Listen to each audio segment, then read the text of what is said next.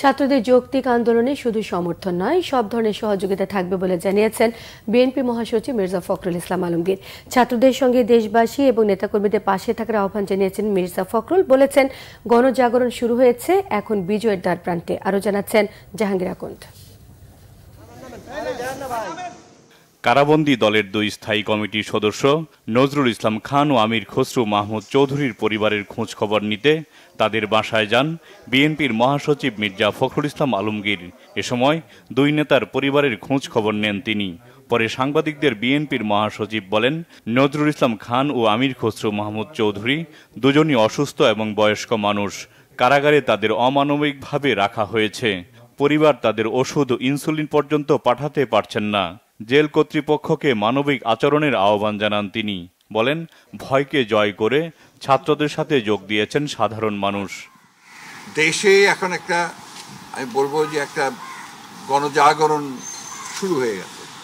আপনারা লক্ষ্য করে দেখছেন যে এখন ছাত্রদের যে বৈষম্য বিরোধী যে আন্দোলন, সেই বৈষম্য বিরোধী আন্দোলনে সাধারণ সমস্ত মানুষ যোগ দিয়েছে। শুধু ছাত্ররা নেই, এখন তারা অভিভাবক, চিকিৎসক, আপনার পেশাজীবী, শিল্পী, যারা আপনার সাংস্কৃতিক কর্মী, সাংবাদিক এবং সব ধরনের আপনার মানুষের, সব পেশার মানুষ, সব ধরনের মানুষেরা কিন্তু আপনার এখানে যুক্ত হয়েছেন এবং তারা যুক্ত হয়েছেন সব ভয়কে উপেক্ষা করে। এটাই হচ্ছে এইবারকার এই আন্দোলনের সবচেয়ে বড় যে দিকটা আমি লক্ষ্য করছি, যে মানুষের যে অন্যায়ের বিরুদ্ধে যে তারা জেগে উঠেছেন, যে জাগরণ তাদের সৃষ্টি হয়েছে। এবং আমরা যেটা সবসময় বলে আসছিলাম, তরুণদের জাগ্রত হবার কথা, সেই তরুণরা এবার জেগে উঠেছে। অসহযোগ সহ ছাত্রদের ঘোষিত আন্দোলনে নিজেদের সমর্থনের কথা জানান বিএনপির মহাসচিব।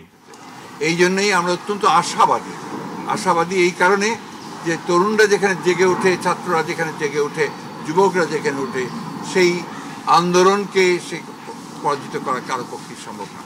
আজকে এই ভয়াবহ দানবীয় যে ফ্যাসিস্ট সরকার, তারা যেভাবে হত্যা করেছে আমাদের সন্তানদেরকে, এটা অবর্ণনীয়, ভাষায় বর্ণনা করা যায় না। শত শত ছাত্রকে তারা হত্যা করেছে।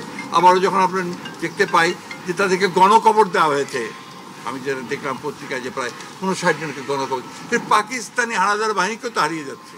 চিন্তাই করা যায় না এটা। আমি মনে করি যে আপনার এই আন্দোলন তার বিজয়ের দ্বার প্রান্তে এসে গেছে এবং বিশ্বাস করি ইনশাআল্লাহ এই জনগণের বিজয় অবশ্যই হবে, ছাত্রদের বিজয় অবশ্যই হবে। সবাইকে ঐক্যবদ্ধ হওয়ার আহ্বান জানান মির্জা ফখরুল ইসলাম আলমগীর।